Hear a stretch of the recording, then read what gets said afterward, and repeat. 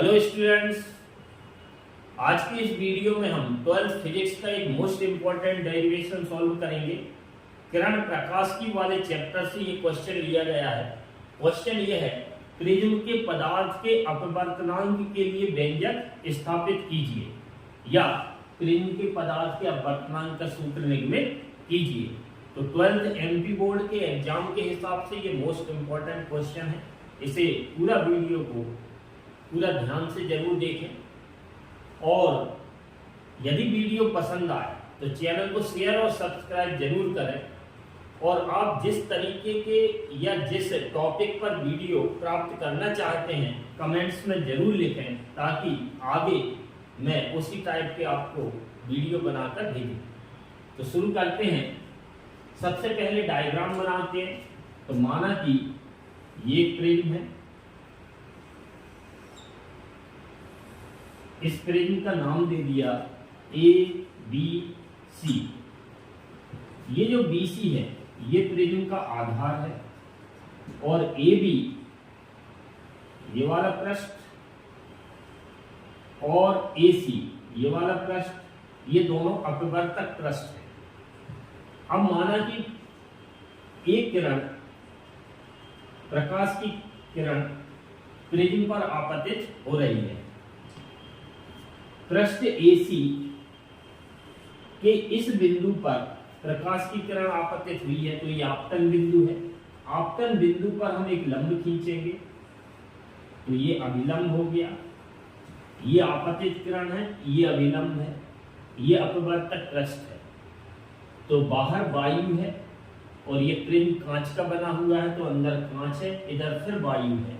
ये प्रकाश की किरण वायु से कांच में जा रही है, मतलब विरल माध्यम से सघन माध्यम में जा रही है, तो ये अभिलंब की ओर झुक जाएगी।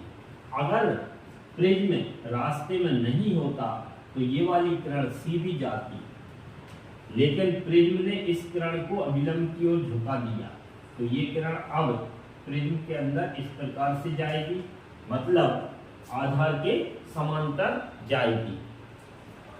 ये प्रकाश की किरण पृष्ठ AC के इस बिंदु पर आपतित हुई है, तो इस बिंदु पर हम एक और अभिलंब खींचेंगे जो पृष्ठ AC पर लंब है, तो ये एक और अभिलंब बन गया। अब इस पृष्ठ AC के लिए ये आपतित किरण हो गई, तो ये किरण कांच से वायु में जा रही है, तो अब लंब से दूर हटेगी। तो ये वाली किरण अब लंब से दूर हटेगी और इधर चली गई।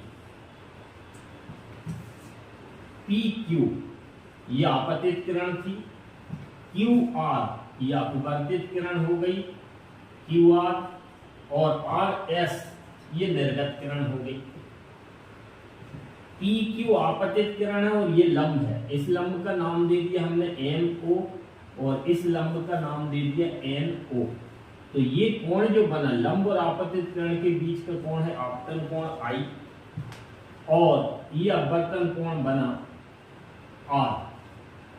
अब दो बार अपवर्तन क्रिया हो रही है, तो इसको मान लिया I1, इसको मान लिया R1। लेकिन अगर हम उत्क्रमणीयता का सिद्धांत लगा दें तो ये बन जाएगी आपतित किरण और ये बन जाएगी अपवर्तित किरण। तो उस टाइम ये हो जाएगा अपवर्तन कोण इस पृष्ठ के लिए, इसका नाम दे दिया R2, और ये वैसे निर्गत कोण है और इसका नाम हमने दे दिया I2। लेकिन उत्क्रमणीयता के टाइम ये आपतन कोण का काम करेगा, क्योंकि ये आपतित किरण हो जाएगी, ये अपवर्तित हो जाएगी, ये निर्गत हो जाएगी। उत्क्रमणीयता का सिद्धांत मतलब यदि प्रकाश किरण के मार्ग को उलट दिया जाए तो वह जिस मार्ग से आती उसी मार्ग से वापस विपरीत दिशा में लौट जाती। अगर प्रिज्म नहीं होता तो ये प्रकाश की किरण PQ सीधा जा रही थी, और प्रिज्म रख दिया रास्ते में, तो ये किरण PQRS दिशा में चली गई, RS दिशा में चली गई। इसका मतलब प्रिज्म नहीं होता तो ये सीधी जा रही थी, और प्रिज्म रख दिया तो इधर जाने लगी, तो ये कितने कोण से अपने मार्ग से विचलित हो गई। तो वो ये वाला कोण बना इतने कोण से ये प्रकाश की किरण अपने मार्ग से विचलित हुई है, तो इसका नाम है विचलन कोण, जिसको हम डेल्टा से दर्शाते हैं। तो जिस कोण पर जिस पॉइंट पर विचलन कोण बना है उसका नाम हमने दे दिया मान लो T और इसका नाम दे दिया U। तो U T S ये विचलन कोण है। ये हमारा डायग्राम कंप्लीट हो गया। अब इस डेरिवेशन को सॉल्व करने की मेथड क्या है वो समझते हैं, क्योंकि हर डेरिवेशन को सॉल्व करने की मेथड सीखना है ताकि बीच में कहीं पर भी कंफ्यूजन ना हो और ना ही बीच में कभी आप अटके। तो सबसे पहले डायग्राम बनाया, इसकी बेसिक थ्योरी लिख दी कहाँ क्या क्या है। इसके बाद इसकी मेथड ये है, एक बार हम लगाएंगे प्रमेय कि जैसे ये अल्फा कोण है, ये बीटा कोण है और ये गामा कोण है। तो ये त्रिभुज है, इस त्रिभुज में ये अंदर के दो कोण है और ये बाहर का कोण है। तो बाहर का जो कोण होता है उसका मान अंदर के दो कोणों के योग के बराबर होता है त्रिभुज में। तो एक प्रमेय इसकी सहायता लेंगे तो समीकरण एक बनाएंगे। फिर एक त्रिभुज है, इसमें ये अल्फा बीटा और ये गामा है, अंदर ही अंदर है तीनों। तो तीनों का योग alpha plus beta plus gamma बराबर होता है 180 डिग्री। फिर इसका यूज करेंगे हम, समीकरण 2 बनेगा। एक चतुर्भुज है, इसका ये कोण अल्फा है, ये बीटा है, ये गामा है और ये थीटा है। तो alpha plus beta plus gamma plus theta बराबर होता है 360 डिग्री। चतुर्भुज के चारों कोणों का योग 360 डिग्री, त्रिभुज के तीनों कोणों का योग 180 डिग्री और त्रिभुज के बाहर का कोण का मान त्रिभुज के अंदर के दो कोणों के मानों के योग के बराबर होता है। ये तीन चीजें हम लगाएंगे तो हमारे पास तीन समीकरण प्राप्त होंगे। इन तीनों को हल करेंगे तब हमें I और R के मान प्राप्त होंगे। I मतलब आपतन कोण और R मतलब अपवर्तन कोण।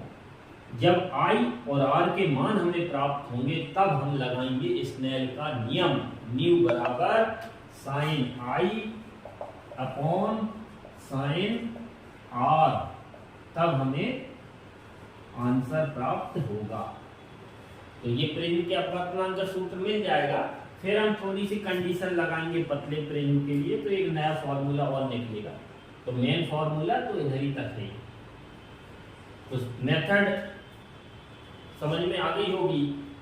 तीन समीकरण बनाएंगे, पहला इस प्रमेय से, दूसरा त्रिभुज से, तीसरा चतुर्भुज से, और तीनों को सॉल्व करेंगे। I और R के मान निकालेंगे, वो मान स्नेल के नियम में रख देंगे तो हमारा आंसर प्राप्त होगा। तो शुरू करते हैं। तो सबसे पहले हम इस प्रमेय का उपयोग करेंगे। तो एक त्रिभुज है TQR, इसमें ये जो बाहर का कोण है ये विचलन कोण है। तो विचलन कोण से शुरुआत करते हैं। तो विचलन कोण डेल्टा बराबर कोण UTS। इस कोण का नाम क्या है? UTS। तो ये जो विचलन कोण है, इस त्रिभुज को यदि हम देखा जाए, कौन से त्रिभुज को? त्रिभुज TQR। इस त्रिभुज में हम देखें TQR में, तो ये कोण अंदर बन रहा है त्रिभुज के, ये भी अंदर बन रहा है और ये बाहर बन रहा है। तो ये जो विचलन कोण है बाहर का, इसका मान इन दो कोणों के योग के बराबर होगा। तो इस कोण का नाम होगा TQR और इस कोण का नाम होगा TRQ। तो इसका मतलब ये हुआ डेल्टा बराबर कोण TQR प्लस कोण TRQ। ये प्रमेय लगा दी हमने कि बाहर के कोण का मान अंदर के दो कोणों के योग के बराबर होगा। अब हम कोण TQR और TRQ के मान रखेंगे। तो TQR ये वाला कोण, तो इसमें ये जो रेखा MO और PT, ये दोनों एक दूसरे को प्रतिच्छेद कर रही हैं ऐसी। तो ये आमने सामने के कोण बराबर होते हैं। तो ये जो कोण है अपना I1, तो इसके सामने वाला ये ऊपर से नीचे तक ये इतना, ये भी I1 होगा, तो ये पूरा हो गया I1। और नीचे नीचे वाला है R1, तो ऊपर ऊपर वाला हमें इतना कोण चाहिए, इतना ये वाला, तो ये कोण हमें चाहिए है TQR। तो पूरा कोण है I1, नीचे वाला है R1, तो ऊपर वाला बचेगा I1 माइनस R1। इसका मतलब कोण TQR का मान होगा I1 माइनस R1, डेल्टा बराबर, अब प्लस, अब TRQ, ये वाला कोण ऊपर ऊपर वाला, तो इसमें भी ये I2 है, तो सामने वाला ऊपर से नीचे तक ये पूरा इतना, ये हो जाएगा I2, और नीचे नीचे वाला है R2, तो ऊपर ऊपर वाला ये जो कोण बचेगा वो बचेगा I2 माइनस R2। इसका मतलब TRQ, इसका मान हो गया I2 माइनस R2। अब इसमें एक न्यूनतम विचलन की कंडीशन लगाएंगे। तो यदि प्रिज्म न्यूनतम विचलन की स्थिति में हो, न्यूनतम विचलन की स्थिति में दोनों आपतन कोण बराबर होते हैं, तो I1 बराबर होगा I2, और इन दोनों को बराबर हमने मान लिया I के, तो I1 और I2 बराबर है I के माना। इसी प्रकार से R1 और R2 भी बराबर होंगे, और इन दोनों को हमने R के बराबर मान लिया। तो न्यूनतम विचलन की स्थिति जब लगाएंगे हम, तो अभी हमारा चल रहा है विचलन कोण। जैसे ही हम न्यूनतम विचलन की स्थिति लगाएंगे, तो विचलन कोण की जगह अब चलेगा न्यूनतम विचलन कोण। तो डेल्टा की जगह अब हम लिखेंगे डेल्टा M, मतलब न्यूनतम विचलन कोण।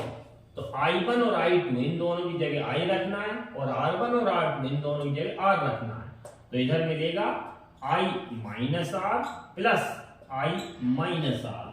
तो डेल्टा M इक्वल I और I हो जाएंगे 2I माइनस R और R हो जाएंगे 2R।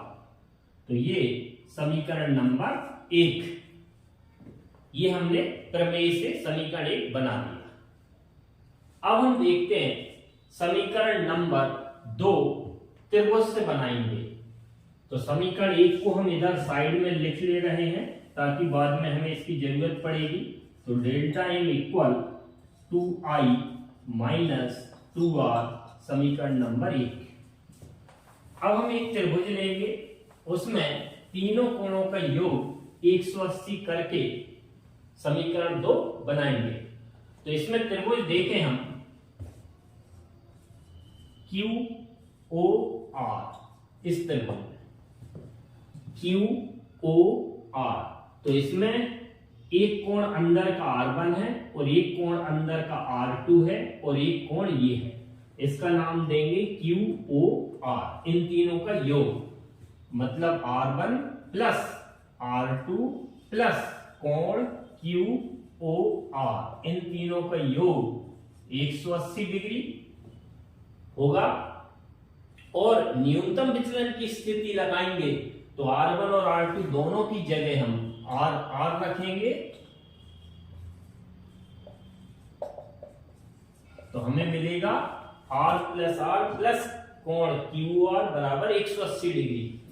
R और R जुड़ जाएंगे, तो 2R प्लस कोण QOR बराबर 180 डिग्री। ये हमारा समीकरण 2 मिल चुका है। इसको भी हम अलग से साइड में लिख ले रहे हैं। तो समीकरण 2 मिला 2R प्लस कोण QOR बराबर 180 डिग्री, समीकरण नंबर 2। अब तीसरा समीकरण हम चतुर्भुज के चारों कोणों का योग 360 डिग्री होता है, इससे बनाएंगे। तो इसमें एक चतुर्भुज पर नजर डालेंगे हम AQOR। इस चतुर्भुज में AQOR आर, ये पूरा ले रहे हैं हम, तो ये पूरा कोण ए क्यू ओ, एक ये वाला है कोण ए क्यू ओ प्लस ये जो ओ पे बना क्यू ओ आर, कोण क्यू ओ आर प्लस, अब आर पे जो बना उसका नाम होगा ओ आर ए, कोण ओ आर ए प्लस, और ए पॉइंट पे जो बन रहा है इसको हम बोलते हैं प्रिज्म का कोण, और जिसको हम ए से दर्शाते हैं।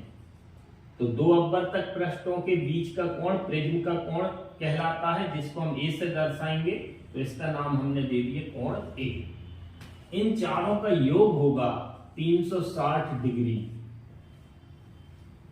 कोण ए क्यू ओ, तो इस पे ध्यान दें हम, तो ए बी पृष्ठ था और ये इस पर लंब था, तो ये जो कोण बनेगा ए क्यू ओ ये 90 डिग्री का होगा। इसी प्रकार से इस पृष्ठ पर एसी पर ये लंब था, तो ये वाला पूरा कोण इतना ओ आर ए, ये वाला भी 90 डिग्री का होगा क्योंकि लंब है, तो इसकी जगह हम 90 डिग्री रखेंगे प्लस कोण क्यू ओ आर प्लस इसका मान भी 90 डिग्री होगा जो आर पॉइंट पे बन रहा है, तो 90 डिग्री प्लस कोण ए का मान ए है बराबर 360 डिग्री। अब ये 90 और ये 90 जुड़ जाएंगे तो 180 डिग्री प्लस कोण क्यू ओ आर बराबर होगा प्लस होगा ए बराबर होगा 360 डिग्री।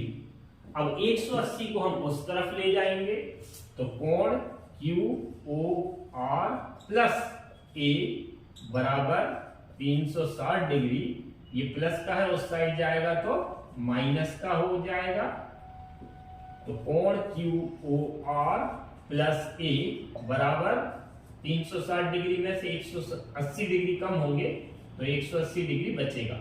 ये समीकरण नंबर 3।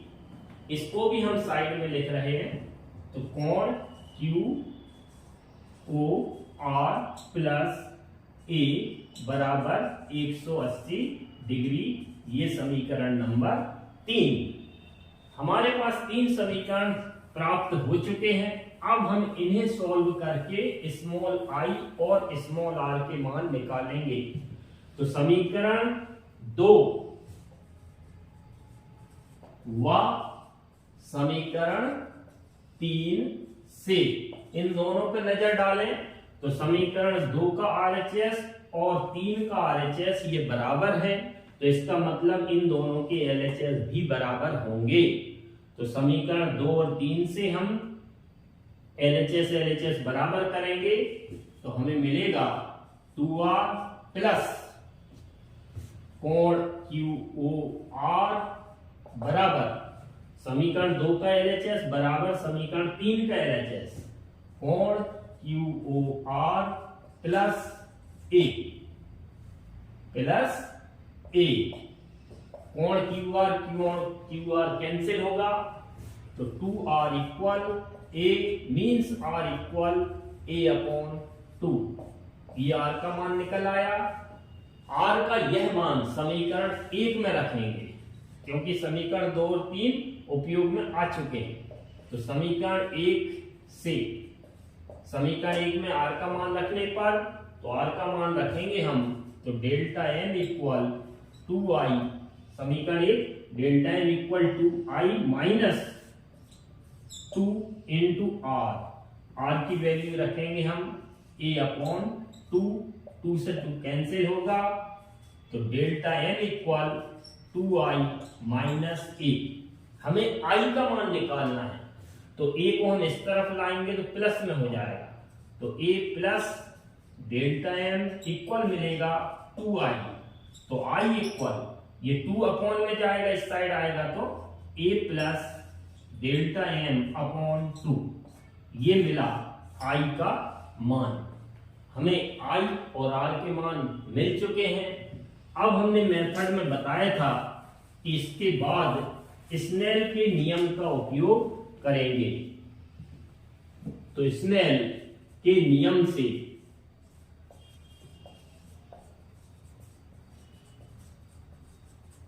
स्नेल का नियम होता है mu equal sine I upon sine R. इस सूत्र में आई व आर के मान रखने पर, तो मान रखेंगे हम, तो म्यू इक्वल साइन आई की वैल्यू रख दें ये वाली A plus delta M upon 2, A plus delta M upon 2 upon sine R की वैल्यू रख दें ये वाली ए अपॉन 2।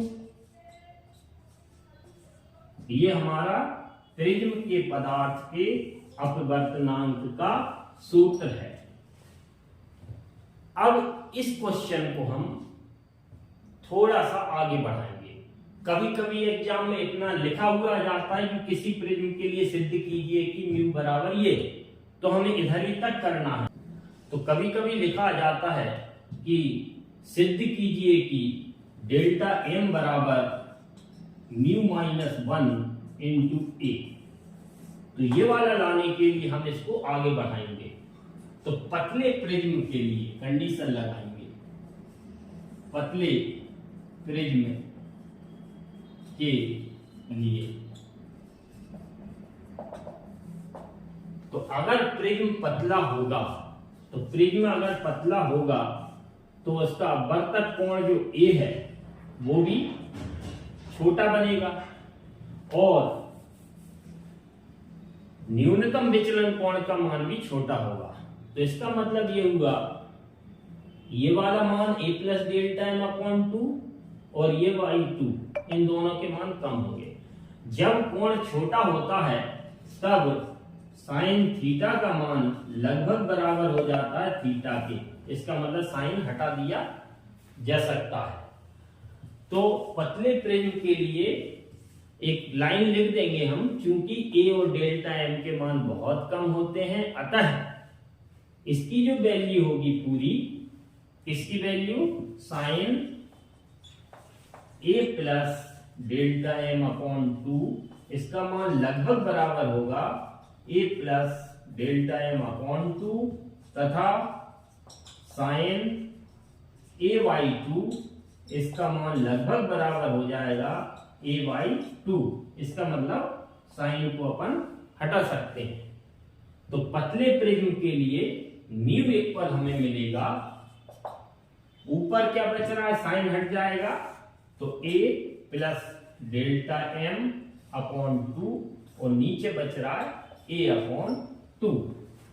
अब ये 2 से 2 कैंसिल होगा, तो म्यू इक्वल मिला A plus delta M upon A. Cross multiply करेंगे तो A plus delta M equal mu का मल्टीप्लाई ए में होगा। अब ए को हम इस तरफ ले जाएंगे तो delta M equal mu A minus A. अब ए को कॉमन लेंगे तो delta M equal mu minus 1 into A. ये हमारा पतले प्रिज्म के लिए न्यूनतम विचलन कोण का सूत्र निकल आया। तो इस तरीके से ये क्वेश्चन इंपॉर्टेंट है। वीडियो पसंद आया हो तो चैनल को शेयर और सब्सक्राइब जरूर करें।